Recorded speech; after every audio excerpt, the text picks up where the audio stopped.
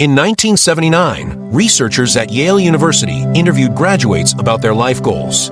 Only 3% had written them down. 20 years later, that same 3% controlled more wealth, influence, and fulfillment than the other 97% combined. Not because they were smarter, not because they were luckier, but because they chose another road when the first one closed. They didn't freeze at the dead end. They turned the wheel, took a new path, and created a new chance.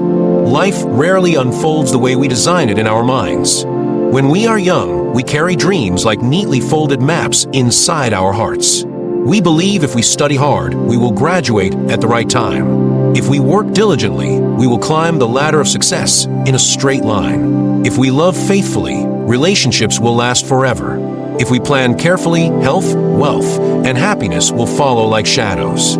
We think of life as if it were a highway stretching endlessly forward, smooth, predictable, and lit by clear signs. But life is not a highway. It is a series of roads that twist, curve, and branch. Sometimes the view is breathtaking, and sometimes fog hides everything. At times you move fast, and at times you are slowed to a crawl. Roads collapse. Bridges wash away. Unexpected detours appear. We cry at the loss, not realizing that a turn is not an ending, but an invitation to another chance. Every human being who has lived long enough knows this truth. A child's dream to become a doctor might collapse under the weight of failed exams. A teenager's dream of perfect love might end in heartbreak. A young adult may pour energy into a career only to face layoffs or rejection. A man or woman in midlife may feel they invested their best years into something that left them with empty hands. An elderly person may fear that time itself has betrayed them, that their purpose has expired. Each of these moments feels like a wall at the end of the road, yet the wall is only a bend. Another road is waiting to be taken. Psychology confirms that our interpretation of these bends defines our destiny. Dr. Carol Dweck's research on mindset proves that people with a fixed mindset see failure as the end of their ability. They stop at the bend. People with a growth mindset see failure as a signal to learn, adapt, and continue. They turn with the road. The difference between despair and growth is not the obstacle itself, but the meaning you attach to it. Failures are not tombstones. They are signposts pointing you toward change. Science also reinforces this reality. Neuroscientists studying brain plasticity have found that the human brain is designed to rewire itself in response to new challenges. Every time life forces you to take a new path, your brain begins to form new neural connections. A layoff pushes you to learn new skills. A heartbreak forces you to build emotional resilience. A health crisis requires you to adapt to new habits. At any age, even into your 70s, your brain can grow new pathways, meaning you are biologically capable of renewal. Life's turns are not designed to break you, they are designed to grow you. And when we shift to a divine perspective, the truth becomes even clearer. In sacred scripture, we see again and again that God rarely leads people by straight lines. The Israelites could have reached the promised land in weeks, but instead they wandered for 40 years because the wilderness was their classroom. Joseph dreamed of greatness as a boy, but the road led him through betrayal, slavery, and prison before it led him to a palace. Ruth lost her husband, but that bend in the road led her to a new land, a new family, and a role in the lineage of kings. These stories reveal a pattern. God does not waste detours. The turns we fear are often the turns He uses to bring us to places beyond our imagination. Think of the America landscape. A straight interstate may get you somewhere faster, but the most beautiful views, mountain ridges, coastal cliffs, forest trails, are always on the winding roads. Straight lines may be efficient, but twists are where wonder lives. Life, too, gains its beauty not from predictability, but from surprise. The heartbreak you thought would crush you may introduce you to a love that heals you. The job you lost may push you into a calling that fits your soul. The dream that died may give birth to one that blesses not only you, but many others. Let's make this personal with examples. A young woman in her 20s fails out of medical school. For months, she feels worthless. But instead of staying parked at that bend, she takes another road. She enters nursing and later becomes a mental health advocate, saving lives in a way she never imagined. Was her dream of being a doctor wasted? No, it was redirected. A man in his 40s loses his job in corporate America. The shame nearly breaks him, yet he decides to use his severance money to open a small coffee shop. At first, the business struggles, but slowly it grows, becoming not only profitable but a community hub where people find friendship and healing. He discovers that the bend in his career was the beginning of his true calling. An elderly widow in her 70s finds herself alone, believing her story is over. But she picks up a paintbrush, something she had loved as a child but never pursued. Within years, her art is displayed locally. Children and young artists gather to learn from her. The road she thought had ended became the path that gave her final years their richest meaning. These are not stories of celebrities or unreachable heroes. These are ordinary people who face the same bends every listener will face. The truth is simple. Your life is not ruined because one road closed. You are not finished because one dream collapsed. You are not lost because one season ended. You are being invited to take another road, and with that road comes another chance. Fear is what convinces us to stop. Fear whispers that a bend is a dead end. Fear convinces the student that failure means stupidity.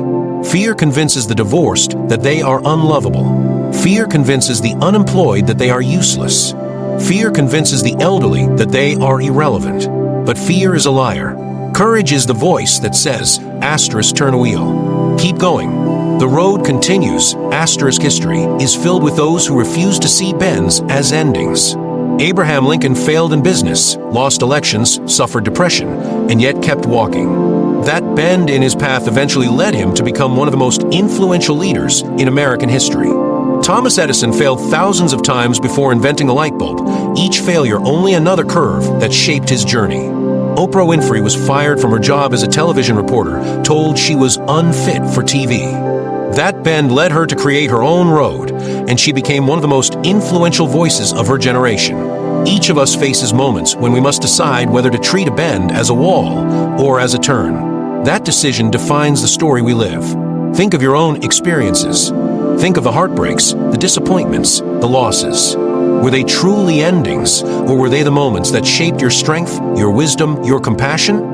If you are honest, you will see that much of who you are today was forged at the bends, not on the straight stretches. C.S. Lewis once wrote that hardships often prepare ordinary people for an extraordinary destiny. He understood that pain, loss, and failure are not random accidents. They are chisels shaping the soul.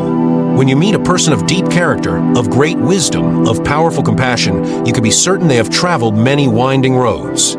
Straight paths produce comfort, but bends produce greatness. There's also urgency in this message. Too many people waste years parked at a bend, replaying the loss, clinging to the closed road, refusing to turn the wheel. Time slips away while they wait for the old road to reopen. But it will not. And that is good news.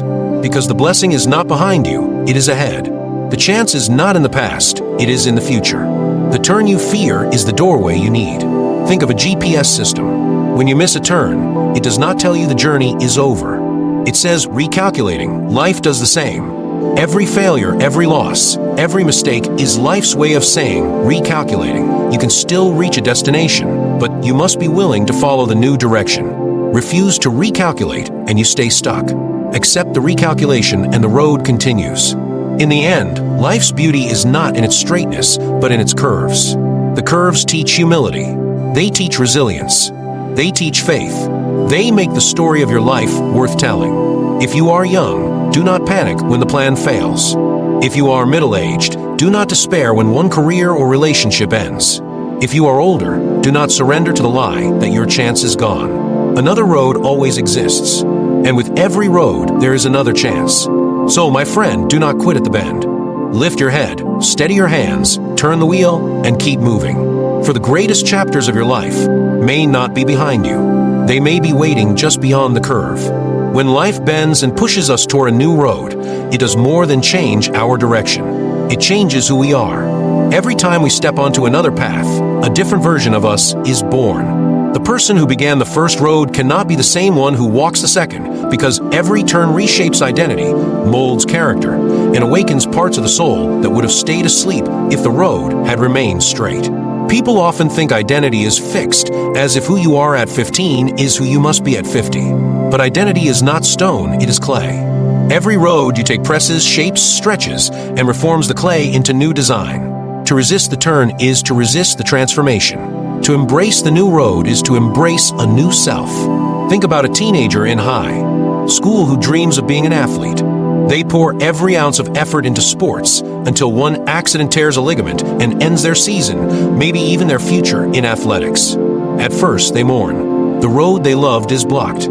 Yet, as time passes, they discover another passion, perhaps mentoring younger kids or diving into art or exploring science. That injury didn't just stop their sports career, it reshaped their identity. They were no longer only an athlete. They became a teacher, a thinker, a creator. The new road gave birth to a new identity. This is true at every stage of life. A young woman who studied business but fails to land a corporate job may stumble into nonprofit work where she discovers a passion for advocacy. She entered college to become an executive, but the new road turned her into a voice for the voiceless. A man in his 40s who loses his stable job may begin driving for rideshare companies, and in those conversations with strangers, he discovers he has a gift for storytelling. He starts writing, publishes a book, and reinvents himself completely. A grandmother who thought her role was finished after retirement picks up photography, and through the lens discovers not only beauty, but the power to capture stories of family, community, and faith. The road changed, and so did her identity. This is not weakness, it is strength. To change identity is not to betray yourself, but to discover the layers of yourself that life kept hidden until the turn demanded their emergence. Human beings are not designed to live only one script. Inside each person lives 1,000 seeds of possibility. Some seeds only grow when rain falls, some only sprout when fire clears the field, some only rise when time forces them into the light. Each road awakens a different seed. Psychologists speak of identity as a dynamic construct, not a static label.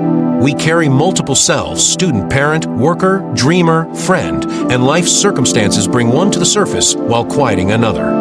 The more roads we travel, the more selves we discover, and the richer our life becomes. Those who cling too tightly to one identity suffer when the road ends. They say, "If I am not this, I am nothing." But those who embrace new roads realize, if I cannot be this, I can still be that. My story is not over, only rewritten. Science even shows this at the biological level. When people take on new roles, learning new skills, developing new habits, their brains literally reshape. New neural pathways are carved, creating new patterns of thought and behavior. The act of becoming someone new is not just metaphorical, it is physical. Your brain itself becomes different when you step onto another road. That is why growth feels uncomfortable. It is the stretching of neurons, the rewiring of patterns, the birth of self you have not met yet. Spiritually, the transformation of identity through new roads is one of the oldest truths. Scripture is filled with people whose very names were changed after a new road began. Abram became Abraham. Jacob became Israel. Saul became Paul. Each name shift marked not just a change in direction, but a change in identity. They were no longer the same men who began their earlier roads. The detours were not accidents, they were divine redefinitions. God was showing them, and showing us, that identity is not fixed. Who you are is constantly being reformed by the roads you dare to walk. There is something freeing in this truth. It means you are not imprisoned by your past self. If the old road made you bitter, the new road can make you kinder. If the old road made you fearful, the new road can make you courageous. If the old road made you selfish, the new road can make you generous. Every turn holds the potential for rebirth. That is why you should not mourn too long when a road ends. It is not just the loss of direction, it is the beginning of a new self. Let me tell you a story that proves this. In America, there was a man who spent decades as a factory worker. His identity was tied to his hands, his shift, his paycheck. When the factory closed, he fell into despair, saying, "I am nothing without this work." But slowly, with the encouragement of his community, he began volunteering at a local school, helping children with reading. To his surprise, he discovered patience, wisdom, and joy in teaching. He went on to become a part-time tutor, and those children adored him. His identity had shifted from factory worker to mentor, from laborer to guide. The road that closed was painful, but the road that opened gave him a new self that felt even more alive.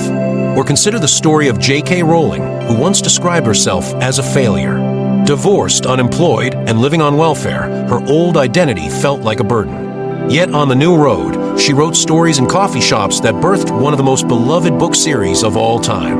Her new road did not just bring success, it brought a new identity as an author who inspired millions. That identity never would have emerged had her old road not collapsed. Fear makes people resist this transformation. Fear says, if I let go of who I was, I will be lost. But the truth is the opposite. If you hold on to an identity that no longer serves you, you are the one keeping yourself lost. The courage to take another road is the courage to meet yourself anew. That is where the richness of life lies, not in preserving one identity forever, but in discovering who you can become when the journey shifts. Think of a river. At its source, it may be a narrow stream, moving quietly. As it flows, it widens, deepens, bends, and transforms. Sometimes it carves through stone. Sometimes it spreads into valleys. Sometimes it rushes as rapids. Yet it is always water, always alive, always in motion. Your identity is the same. It is not frozen. It moves with the roads you take, reshaping with every bend. For young people, this truth is liberating. If you fail a subject, you are not a failure. If one dream breaks, you are not broken. You are simply stepping into another identity that life has prepared for you. For those in midlife, this truth is empowering. If a career ends or a relationship collapses, your story is not over. You can still become someone new, someone stronger, someone wiser. For the elderly, this truth is comforting. You are not irrelevant. The road ahead can still awaken identities you have not yet met. Every breath is another chance to become. C.S. Lewis once said, "There are far, far better things ahead than any we leave behind." His words remind us that every new road, every shift of identity, is a doorway to a better version of ourselves.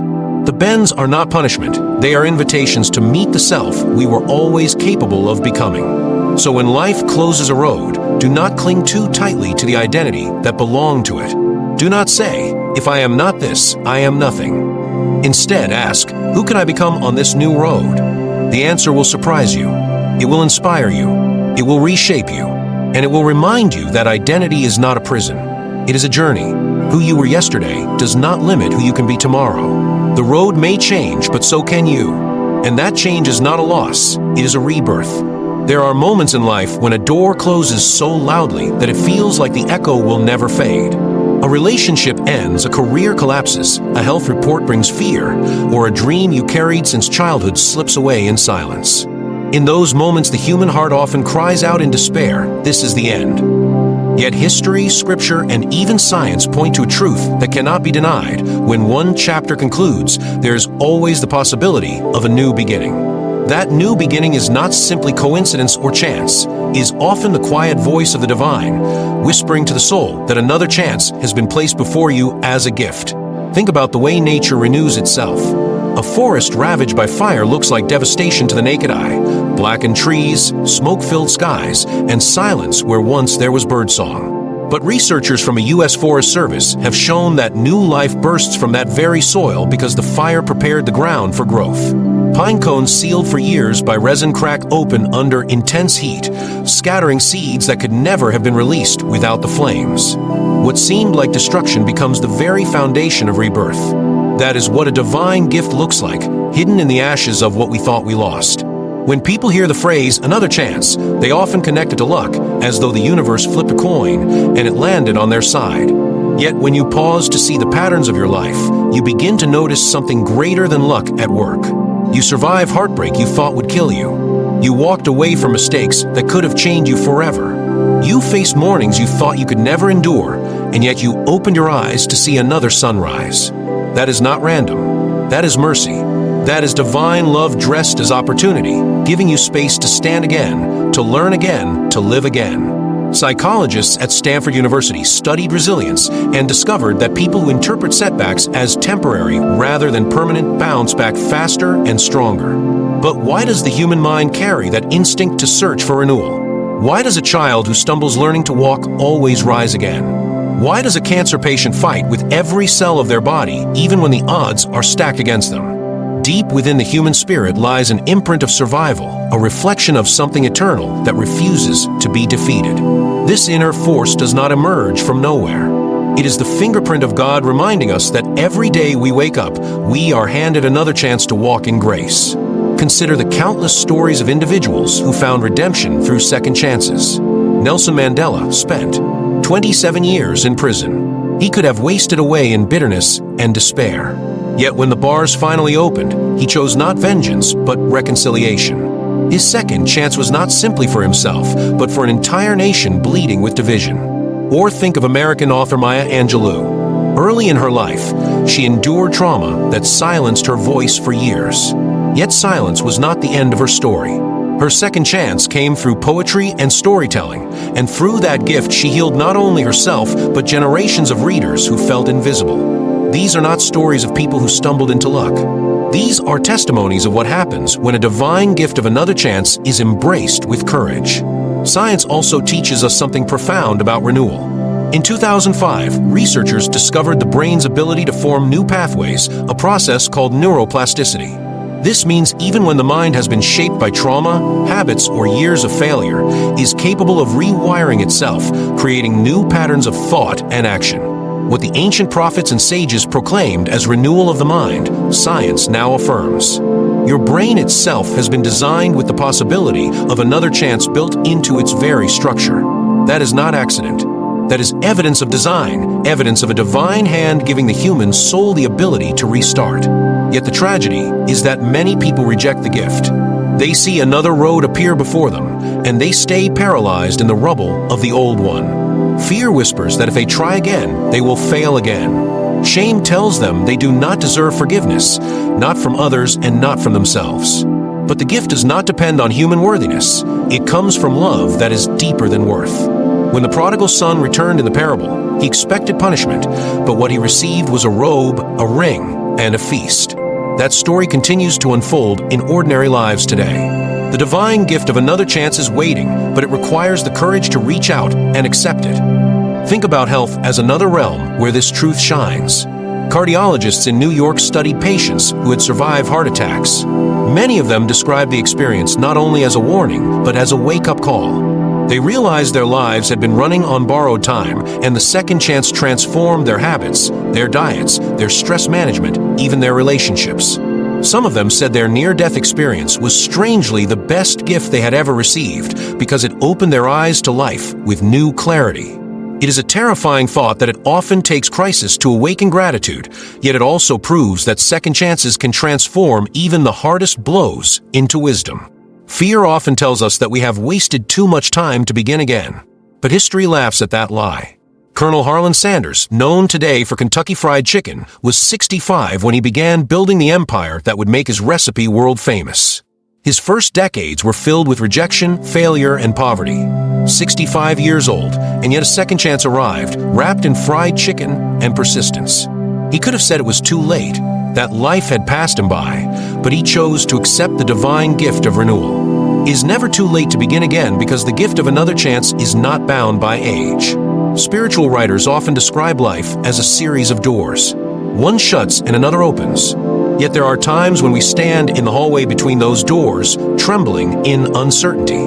That hallway can feel like hell, but in reality, it is holy ground. Because in that pause, we are being prepared. We are being shaped to see the new door not as a replacement for the old, but as an invitation to grow beyond who we once were.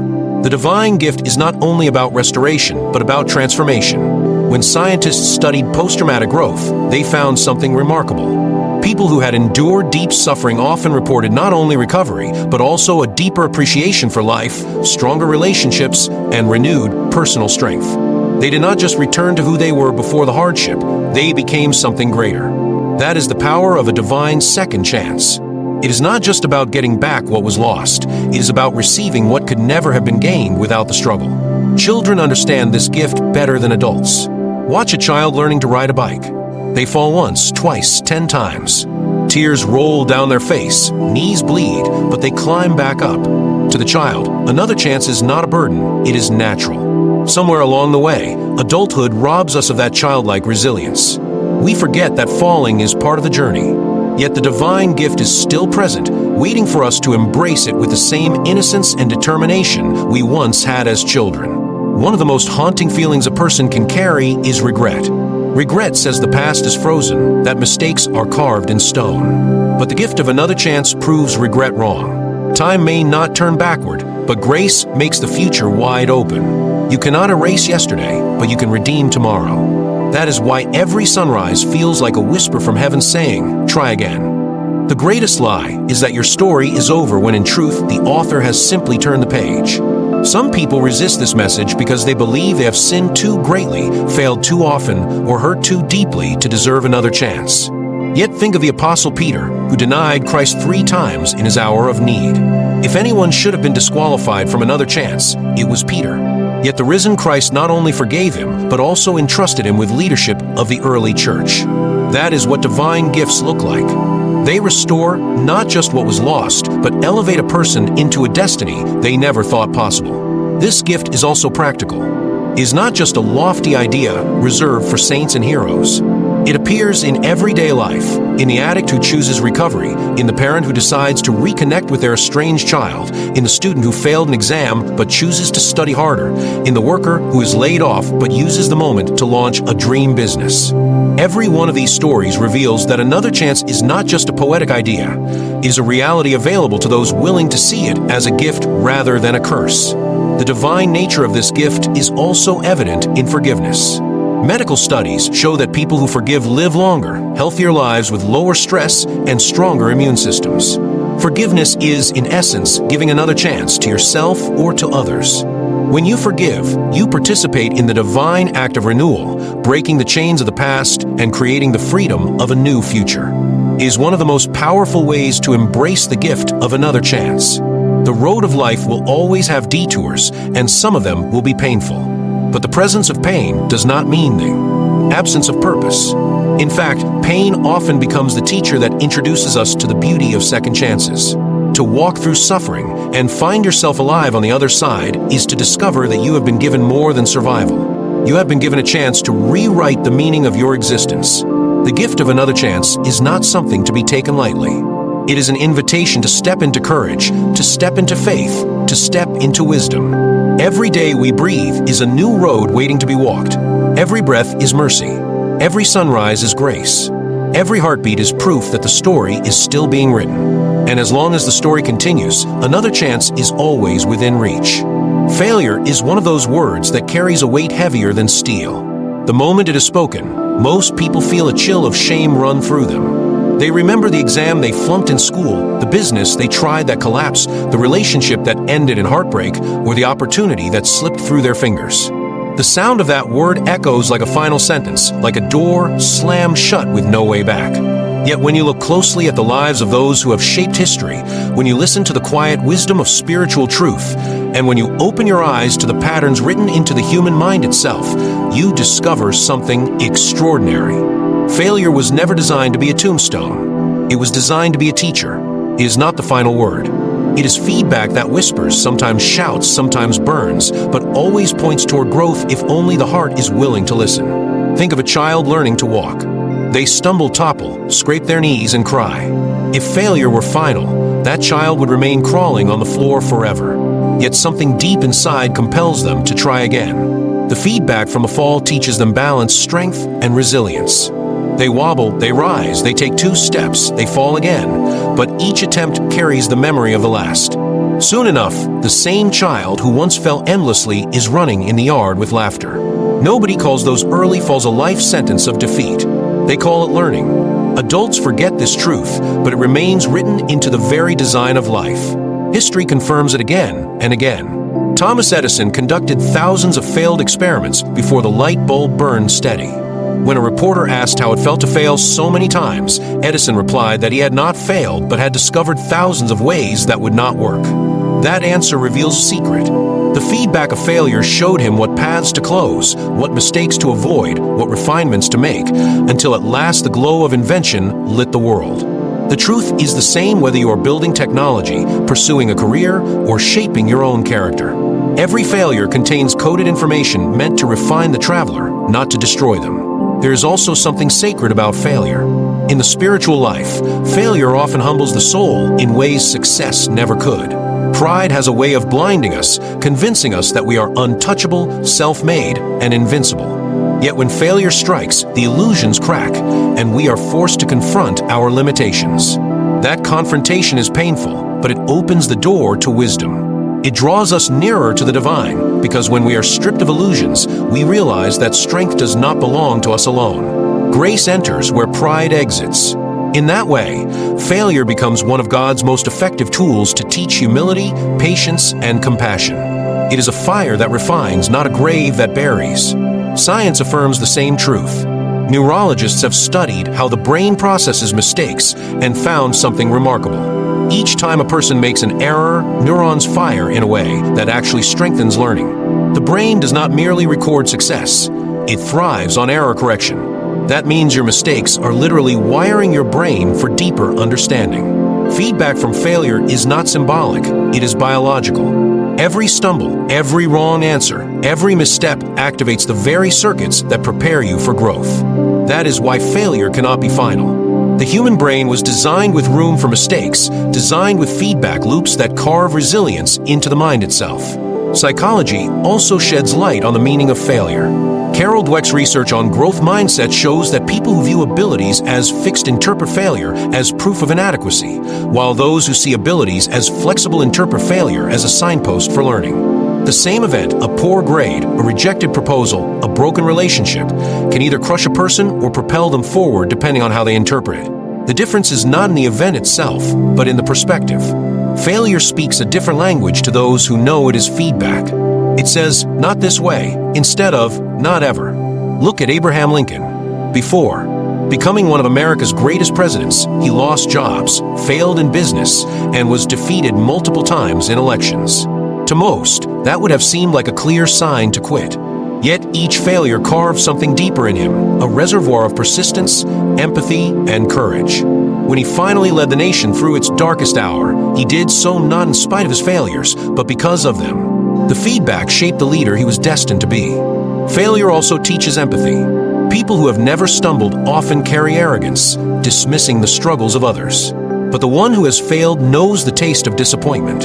That knowledge breeds compassion, the ability to reach out and lift others when they stumble. Failure is feedback that reminds us of our shared humanity. It strips away the illusion of perfection and allows us to connect on a level of truth. Communities and families grow stronger, not when people hide their failures, but when they share them honestly, transforming shame into solidarity. On a more personal level, think about times when life seemed to collapse. Perhaps you applied for a job and were turned away, only to discover a better opportunity later that you would never have considered had the first door opened. Perhaps you loved someone who walked away, and the pain was unbearable, yet years later you found a partner who valued you in ways the first never did. In the moment, it felt like the end. But looking back, you see that it was feedback directing you away from what was unworthy and pointing you toward what was meant for you. Failure is also feedback about character. It reveals what you truly value. A person who fails once and quits exposes a shallow desire. But the one who fails and still returns shows passion that cannot be extinguished. The athlete who trains through losses, the writer who continues through rejection slips, the student who studies harder after poor grades, all reveal the depth of their dedication. Failure shines a light on motivation. It separates the casual dreamer from the committed doer. That distinction is not punishment, it is preparation. The divine often uses failure as a redirection. Stories throughout Scripture highlight men and women who thought their failures disqualified them, yet those very failures became the doorway to their calling. Moses fled into the wilderness after killing a man, certain his story was over, yet his second chapter began when God called him from a burning bush to lead a nation. Jonah ran the opposite way from his mission and ended up in the belly of a fish, yet that detour became the turning point that pushed him back toward his true path. Peter denied Christ in his hour of need, but was later restored to lead the early church. These are not stories of perfect people. They are stories of people whose failures became feedback, guiding them toward their destiny. Even in everyday science, we see this truth. The Wright brothers endured countless failed flights before they achieved human flight. Modern medicine is built on trial and error, each failed experiment providing data that leads to breakthroughs. Every major innovation rides on the back of failure. Without it, there's no discovery, no invention, no progress.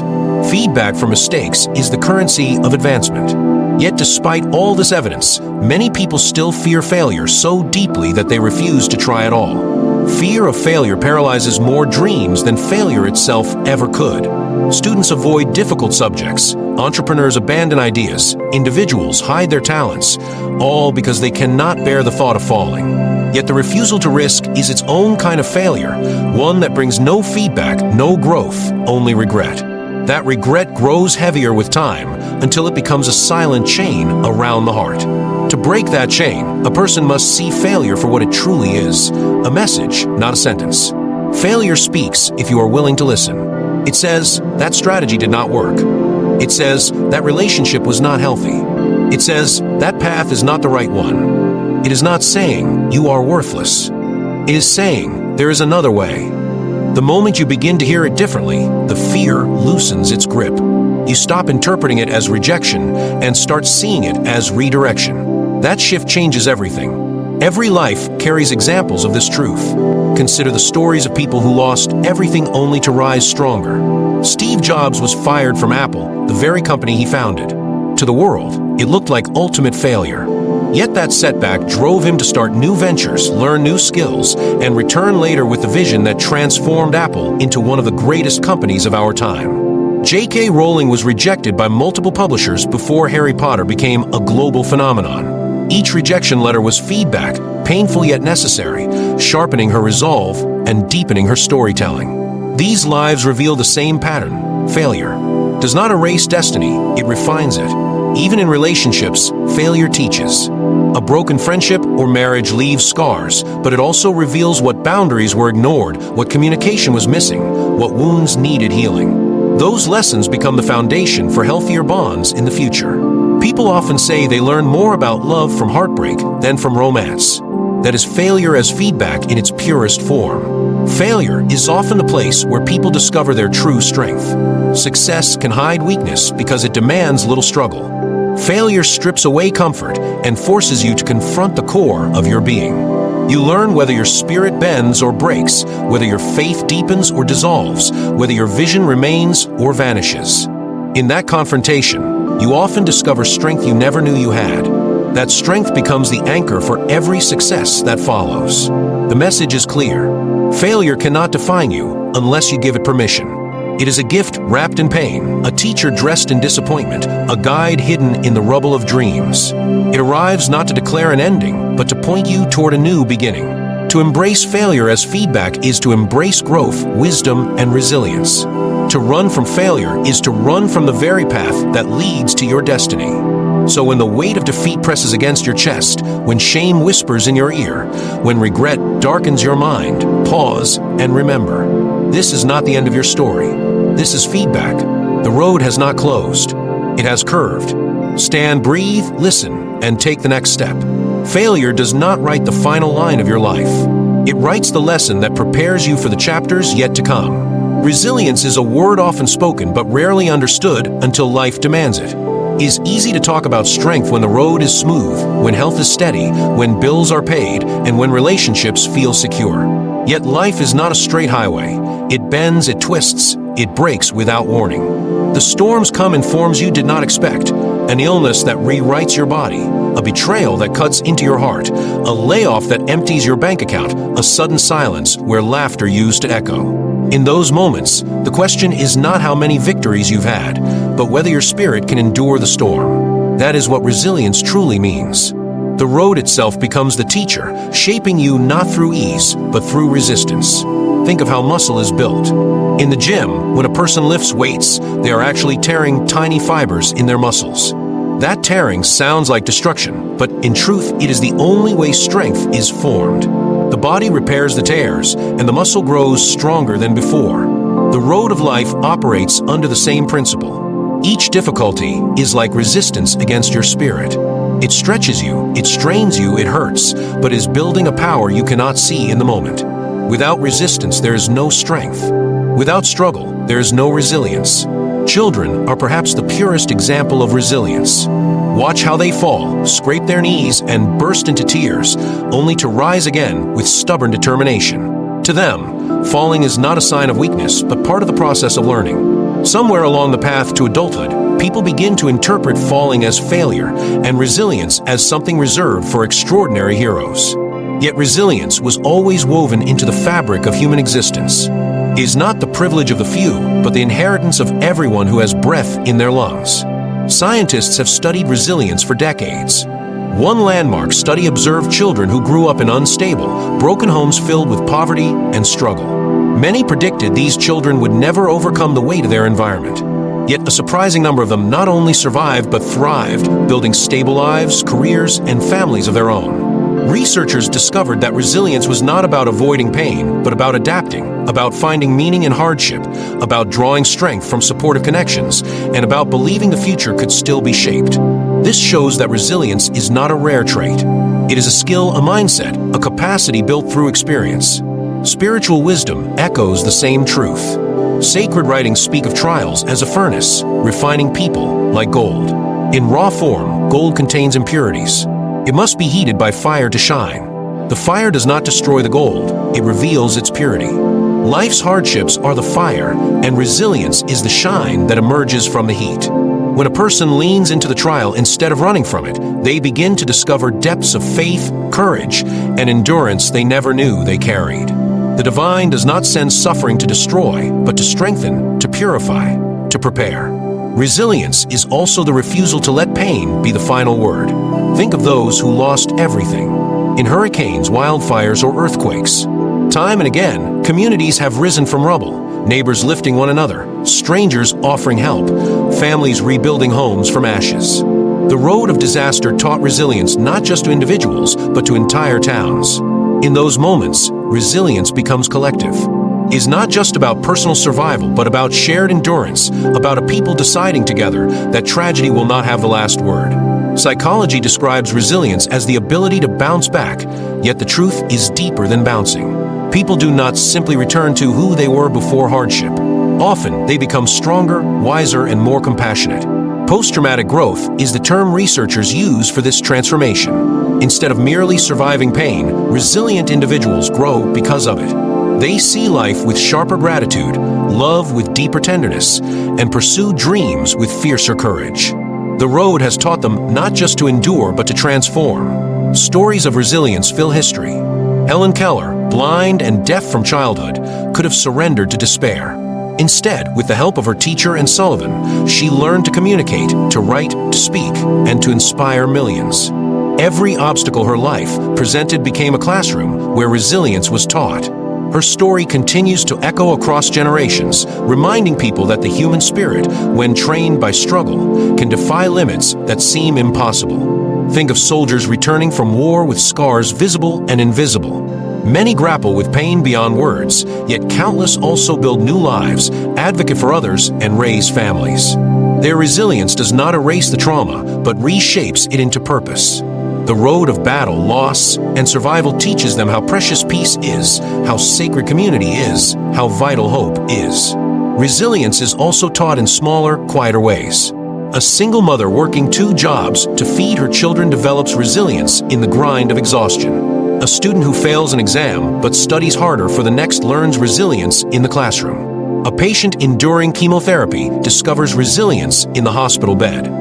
These stories may never be written in history books, but they are just as profound. They show that resilience is not an abstract concept, but a daily practice built in the hidden corners of ordinary lives.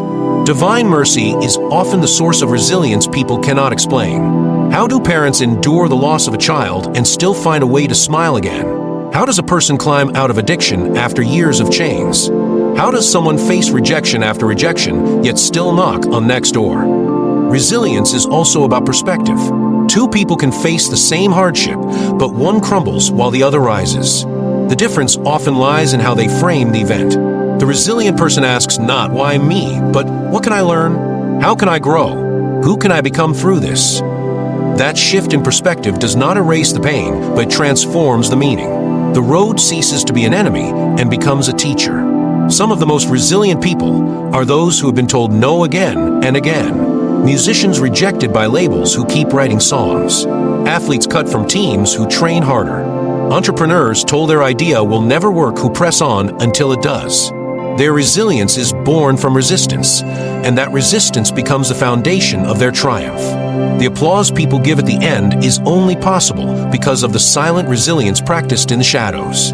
Science shows that resilience is not just mental but physical. Stress hormones surge during hardship, but people who train resilience develop healthier responses. Their bodies adapt, learning to regulate under pressure, to recover faster, to withstand strain. It is as if the body itself learns endurance through repeated trials. Just as bones grow stronger when stressed by weight, the entire human system adapts to hardship in ways that make survival possible. This adaptation is the silent gift of resilience. Communities also model resilience in times of crisis. After September 11th, countless stories emerged of people in New York supporting strangers, firefighters risking everything, citizens uniting beyond differences. The city was wounded, yet it did not collapse. It rebuilt stronger, prouder, more aware of its fragility and its strength. That resilience became part of its identity. The road of tragedy had carved resilience into the soul of a people. On the personal road, resilience is built through choices. Each time you decide not to quit, you strengthen the muscle of endurance. Each time you rise after falling, you train your spirit to resist despair. Resilience does not appear all at once. It is formed through repetition, like drops of water carving stone. Small acts of persistence accumulate until one day you realize you have become unshakable. Resilience also teaches patience. Struggles rarely end quickly. Illness may linger, grief may stretch over years, rebuilding after financial ruin may take decades. The resilient spirit learns to walk step by step, to endure the length of the journey without demanding immediate resolution. Patience does not mean passivity. It means carrying hope across long distances, refusing to let go even when answers are delayed. Resilience also strengthens character. It teaches honesty because facing hardship strips away illusions. It teaches gratitude because after surviving darkness, every beam of light feels sacred. It teaches compassion because the resilient know how it feels to struggle, and so they extend a hand to others still in the storm. These qualities are not learned in comfort. They are forged on the road where resilience is required. The deepest truth about resilience is that it transforms not only the present, but also the future. A person who has endured hardship carries a memory of survival. That memory becomes a source of courage when new trials arrive. They look back and say, if I survive that, I can survive this. That reservoir of strength compounds over time, creating a legacy of resilience that can be passed on to children, families, and communities. The road teaches resilience because it must. No life is free of hardship. To live is to face loss, disappointment, failure, and uncertainty. Yet those experiences are not curses. They are classrooms. Each lesson may hurt, but each one prepares the soul for the next stretch of the road. When you embrace that truth, resilience ceases to be a mystery and becomes a choice to let the road teach you instead of defeat you. And when the years pass, when you look back at the winding road behind you, you may see scars and detours and storms. But you will also see strength that would not exist without them. You will see resilience etched into your very being. That resilience is the quiet proof that the road, though cruel at times, was always your teacher. It shaped you into someone unshakable, someone capable of enduring, someone who can now walk forward into any future with courage. There are moments in life when the ground beneath you feels steady, when plans seem to fall into place, when laughter fills the air, and when hope seems effortless. In those times, people often drift into self-reliance, believing their strength alone is enough, that their cleverness and hard work are the foundation of their success. But the road never stays smooth forever. It twists, it darkens, it narrows, and sometimes it breaks into pieces. That is when human strength falters, when cleverness proves too small, when money cannot solve the ache of the soul, when friends disappear, and when all you have left is silence. It is in that silence, in that breaking, that the road whispers the truth you may have forgotten. You are not walking alone, and you never were. The very road that breaks you is the road that brings you closer to God. People rarely seek God in comfort.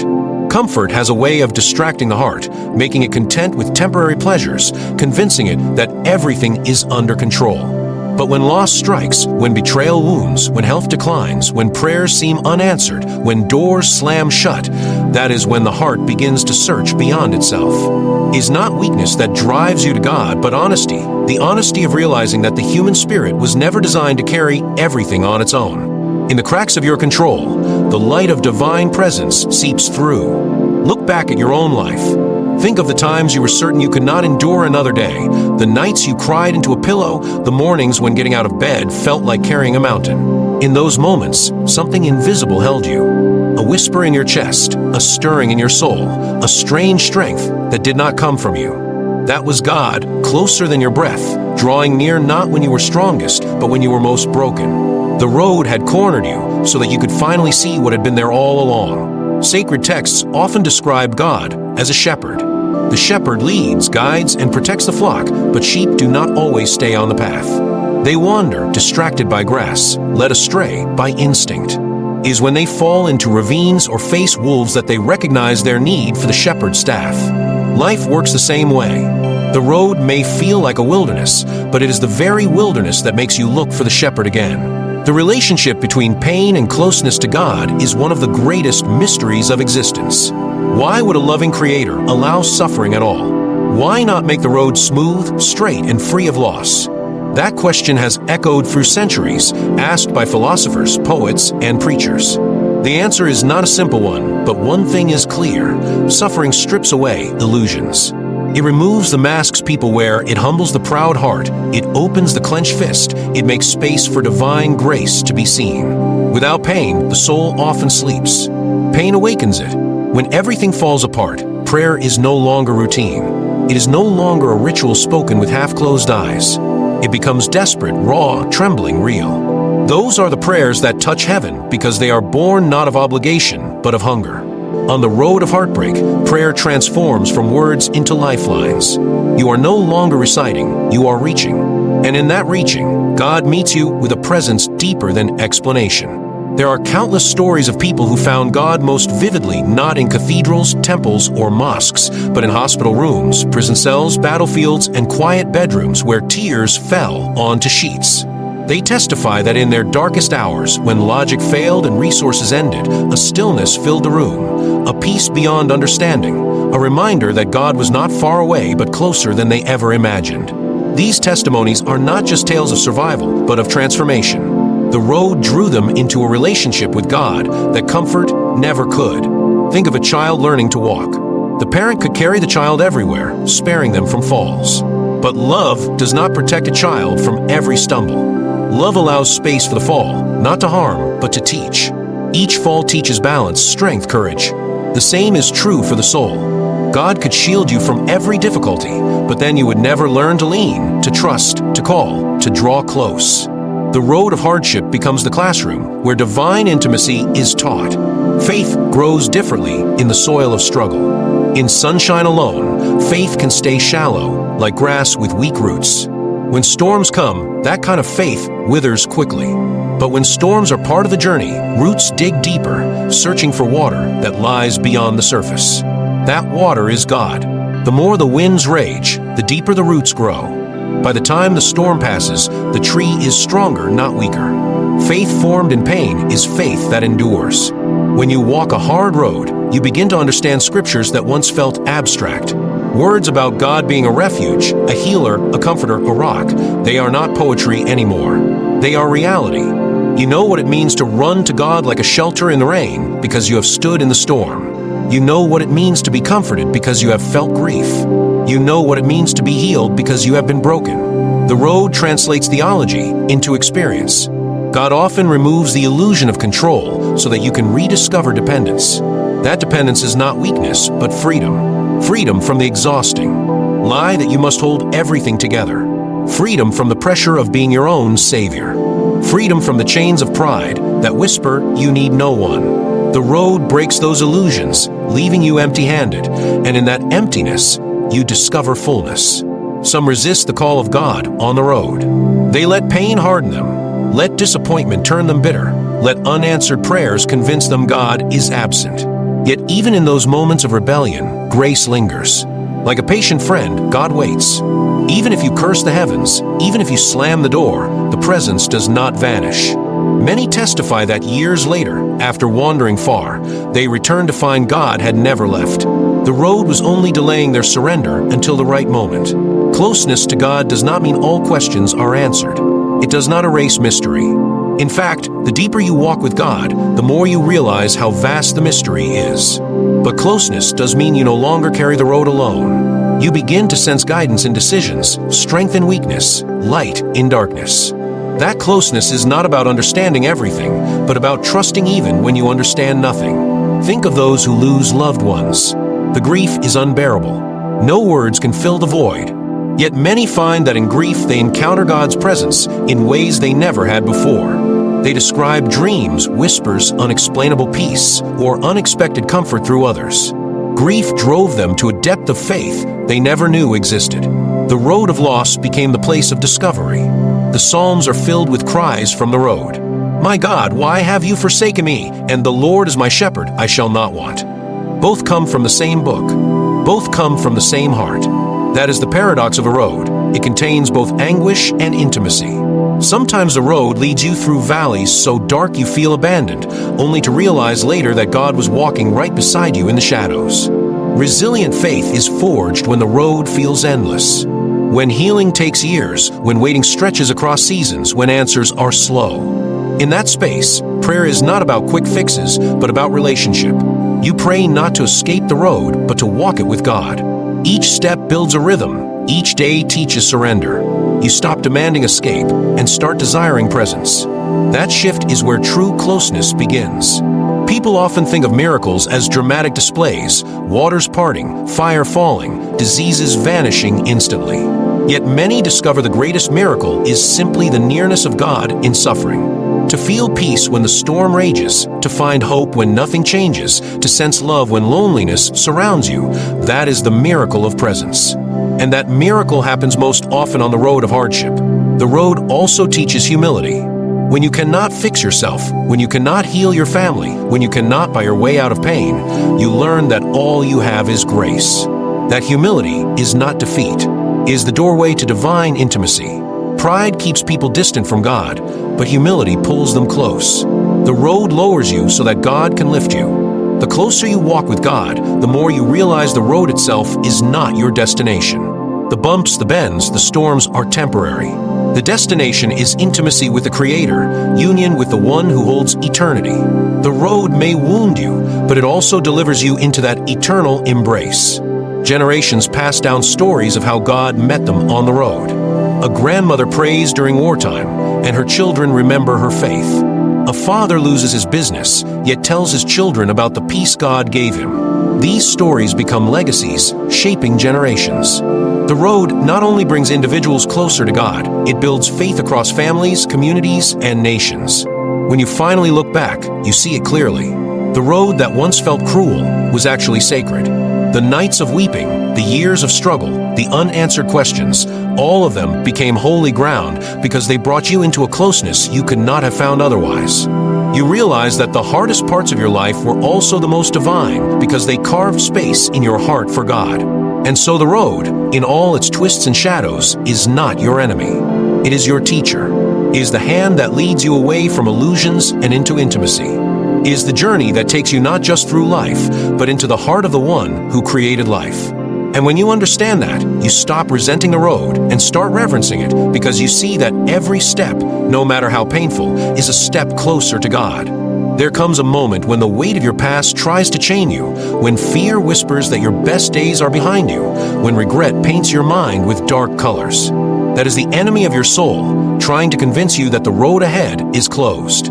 But I am telling you with every breath in me, there is another road, and with it another chance. The road is not endless failure. The road is not permanent rejection. The road is not proof that you are forgotten. The road is a test of whether you will stop or whether you will rise. Every broken dream has the seed of a greater one inside it. Every closed door holds the energy to push you toward another that is wide open. Every loss can be turned into wisdom, every scar into strength, every tear into a river that waters the soil of your new beginning.